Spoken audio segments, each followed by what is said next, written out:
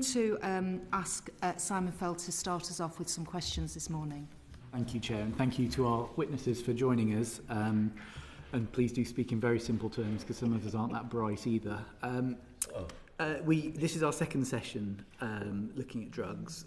The first one, I think, really challenged some of my relatively long-held beliefs in how we classify them and how we should be dealing with the enforcement of them. So if I can just start with that first point around classification, do you think the UK model is currently fit for purpose?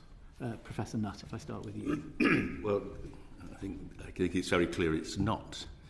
And you heard in your last set of evidence that it's actually deaths from drugs are going up and the use of drugs are going up, and that's happened ever since really the Misuse of Drugs Act was started in 71. So, 50 years on, we've shown it's pretty clear that it's really not achieved its purpose.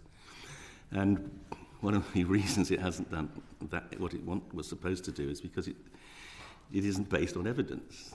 The classification of drugs under the Misuse of Drugs Act has zero correlation with the harms of drugs. And that presents major problems. It presents problems in education. Telling people about drug harms is almost an irrelevance if you use the Misuse of Drugs Act, because people know it's not evidence-based. And of course it drives policies which, as you heard again last week, can be counterproductive. So you can, by trying to stop people using cannabis, you end up killing people because they move to a drug like spice. So it's at many levels it's failed. Thank you. I'll come back to you, but I'd just like to take other views from panellists. So Professor Corazza. I would like to refer to the context in which especially the Psychoactive Substances Act was actually implemented. I think it's very important to go back to that specific moment in time, because the situation, the phenomenon, the rapid emergence of hundreds of novel psychoactive substances really challenge regulatory system nationally and internationally. Let's admit it, at that time we were all unprepared, and we try often to apply old models to a completely new situations. So far, we know that over 1,000 novel psychoactive substances have emerged in the illicit market, according to early warning system of the United Nations and the European Commission, the MCDDA, in over 133 countries. So it's a widespread and global phenomenon. Is driven indeed by globalization, but also by the internet and the technological development, but also the changing lifestyles in our society. Because the drug market is a dynamic market, it's constantly changing. So in a way, we try to apply old methods to a completely new situations. I remember at the time I had school teachers phoning at the university and telling me we got bags of white powder coming into into the schools. What shall we do? Is it legal, not legal? We had head shops, if you remember, selling all these drugs that we well know as a legal alternative to illicit drugs. We never seen anything like that before. So at that time, the government did a response based on a situation of emergency. But since then, a lot of things have changed in terms of drug market. I'm mainly looking at new novel trends. That's mainly my work. And I would like to share possibly with you some highlights of the work that is emerging. So, could I just stop you there, because we are going to have a section where we'd like to discuss the psychoactive legislation that we've got in this country. Later. So I think we will come to that if that's okay. Yeah, and thank you. If I just move to Professor Neal, just to take your view on this as well. Thank you very much. Yes, I completely agree with everything that Professor Nutt said. The classification system it's not based on evidence. And it's clearly not fit for purpose. I mean, my main interest is in drugs that are currently illegal, like psilocybin, is the active ingredient of magic mushrooms, a so-called psychedelic, that has enormous therapeutic potential. And that is a Class A drug, and it is also a Schedule I drug. I'm hoping I can talk about the barriers to research and to innovation caused by these drugs being in Schedule 1 that's a specific topic I would like to cover if that's planned today. But that does exemplify that the current scheduling system is incorrect, because the definition of Schedule 1 is that a drug has no medicinal value and that it causes a great deal of harm. And psilocybin does none of those things. It has medicinal value and it does not cause significant harm. Thank you. We'll come on to some of those specifics later in the panel. Professor Rees, I realise you're sat in Australia, but I just wonder if you've got a view on the UK classification framework. Yes, I do, sir. My view would differ from some of the other panellists that you've heard. I think that the current system is probably a good one. I am particularly concerned about cannabis, as you would have noticed from my submissions to the committee. And cannabis is very important because it's well established to be a gateway drug to other drugs. And one of the most prominent features, the whole pharmacology and toxicology research literature on cannabis, is its exponential dose response effects. It has exponential dose response effects. And in the society which we all live in now, and this is a global feature, I mean, the details are different in Europe, America, and Australia, but it's generally true that there are three changes that have happened in many places in the world. There are more people smoking weed due to the legalization movement.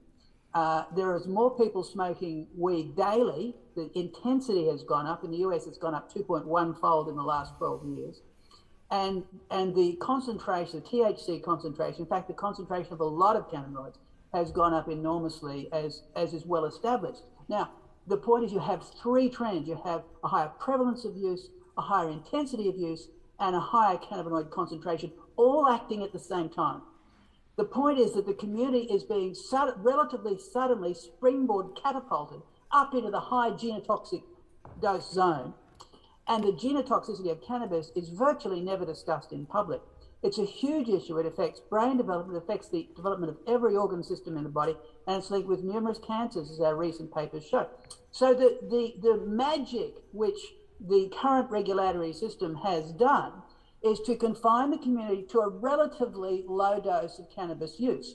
We know that everywhere cannabis legalization is rolled out, including Colorado, and there's a long list, but I won't bore the committee with that, literally the wheels fall off. I'm not sure if the committee is familiar with the recent statistics coming out of Colorado. On every index, they are horrific. So by confining the community to a relatively low dose area of use, it's protected community from numerous harms which are directly related to cannabis pharmacology.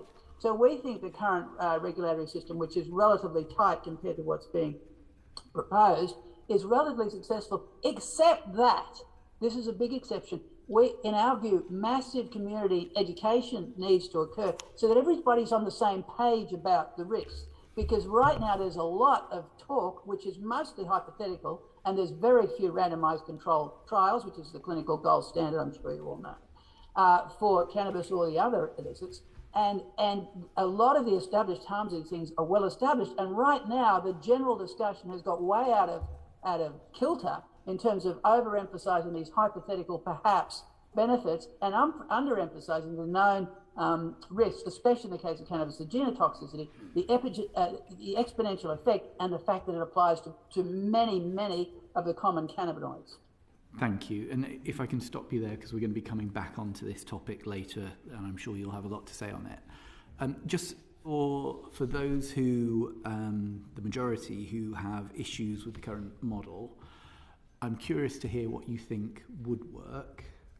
So is there anywhere around the world where they have a classification model that is responsive, is evidence-based, is dynamic, where we should be looking to either emulate or take the best from?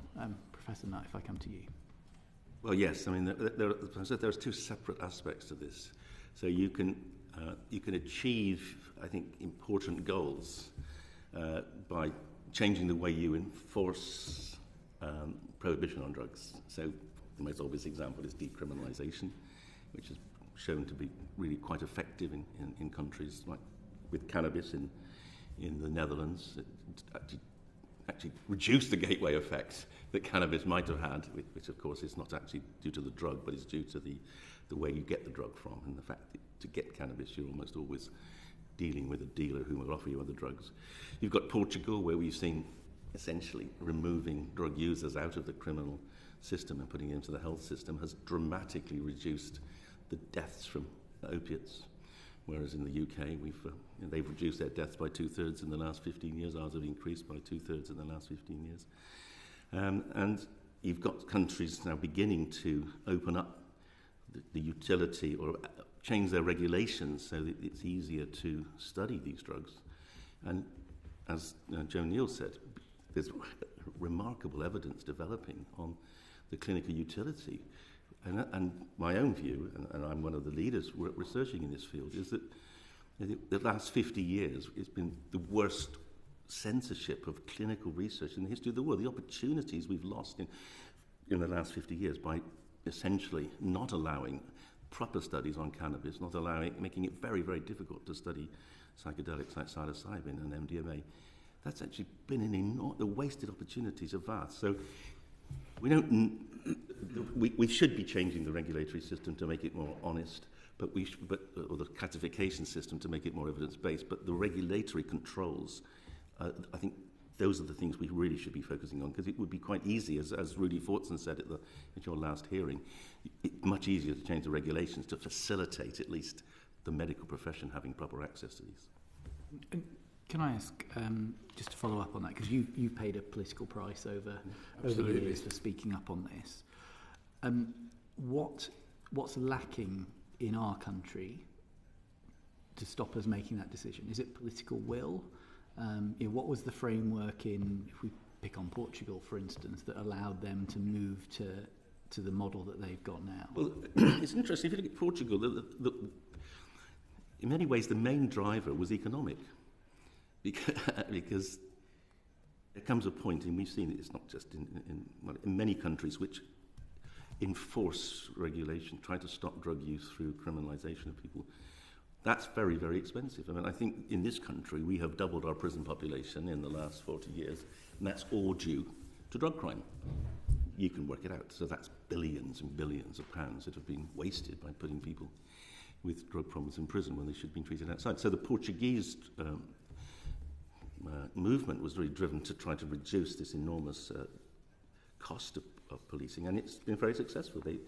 Moving drug users from the criminal justice system into the health system means some very fundamental changes occur. So, for instance, they don't have to commit crime to get their drug because it gets prescribed, or they get into treatments where they don't use it at all. And that dramatically reduces the costs of the criminal justice system. It improves outcomes. It reduces the sort of the collateral damage from drugs, like with things like HIV and AIDS. And that. So we've there are clear examples of how you can get enormous social and economic benefits from a more rational policy. Thank you very much. I'll hand back to you. Thank you. We're now going to move to